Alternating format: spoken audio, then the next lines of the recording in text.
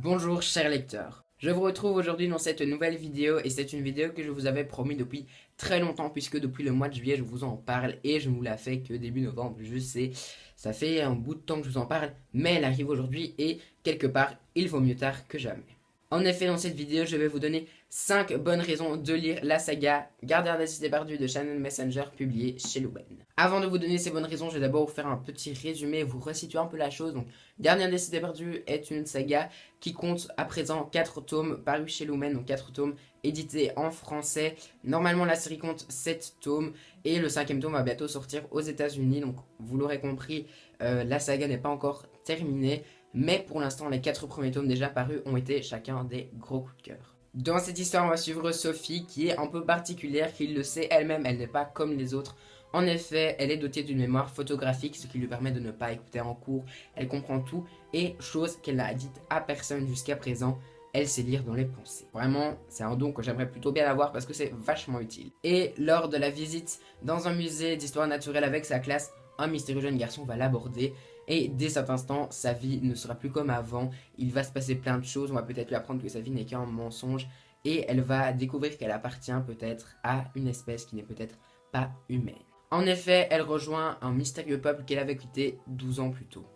Et oui, je vais pas vous dire ce que c'est parce que je pense que c'est vraiment cool de le découvrir au fur et à mesure du livre. Mais sachez que c'est plutôt une belle révélation que nous offre l'auteur dès les premières pages. En tout premier, je dirais qu'il faut absolument lire cette saga si vous avez aimé Harry Potter parce que quand j'ai lu Gardien des Cités Perdues, j'ai vraiment ressenti une ambiance similaire que je n'avais jamais retrouvée avant celui-là.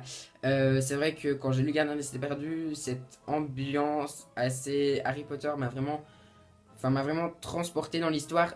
Je ne dis pas, attention, que c'est un copier-coller, absolument pas, ce n'est déjà pas la même créature, je vous le dis déjà, Sophie n'est pas une magicienne, donc c'est pas du tout la même chose, mais c'est vrai que, et ça, tous les avis de gens qui l'ont lu le disent, on a cette ambiance très Harry Potter dans la tête quand on lit ce roman-ci. C'est pas un copier-coller, mais c'est vrai que qu'on retrouve cette ambiance que je n'avais jamais retrouvée avant Gardien des Cités Perdues, et du coup ça m'a fait bien plaisir de la redécouvrir dans ce livre-là. Deuxième argument, effectivement dans ce livre vous allez découvrir la magnifique plume d'une auteure qui n'est absolument pas connue avant cette saga-là, Shannon Messenger. La plume de Shannon Messenger est très addictive, là, sa plume est vraiment extraordinaire quoi. Elle a une manière de nous décrire les choses qui est vraiment absolument géniale, elle a une manière de poser son univers et de poser son intrigue qui est absolument génial également. Et ce que j'aime avec cette auteure-là, c'est qu'elle n'attend pas la fin du livre, ou elle n'attend pas les 300 pages pour nous donner des révélations. En effet, dès le début du roman, après 40 pages, on peut déjà avoir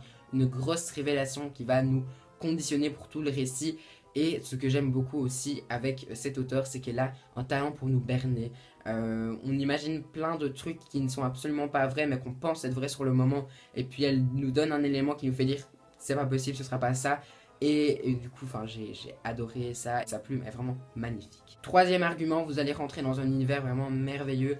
Un univers et un peuple qui n'a pas été assez exploité, je trouve, jusqu'à maintenant dans la littérature jeunesse. Et donc, du coup, j'ai été très content qu'on s'intéresse enfin à ces créatures-là. C'est vrai que l'endroit où vit le peuple duquel Sophie appartient est vraiment génial, est vraiment un endroit assez féerique, un endroit assez... Enfin, on a vraiment envie de vivre là-bas. C'est extraordinaire et c'est vraiment beau à voir et beau à lire. Quatrième raison, certains personnages qu'on pensait être gentils ou certains personnages qu'on pensait être méchants se révèlent être gentils ou méchants. Donc je trouve que c'est vraiment bien parce que en général les auteurs nous montrent des personnages qui sont soit tout gentils, soit tout méchants.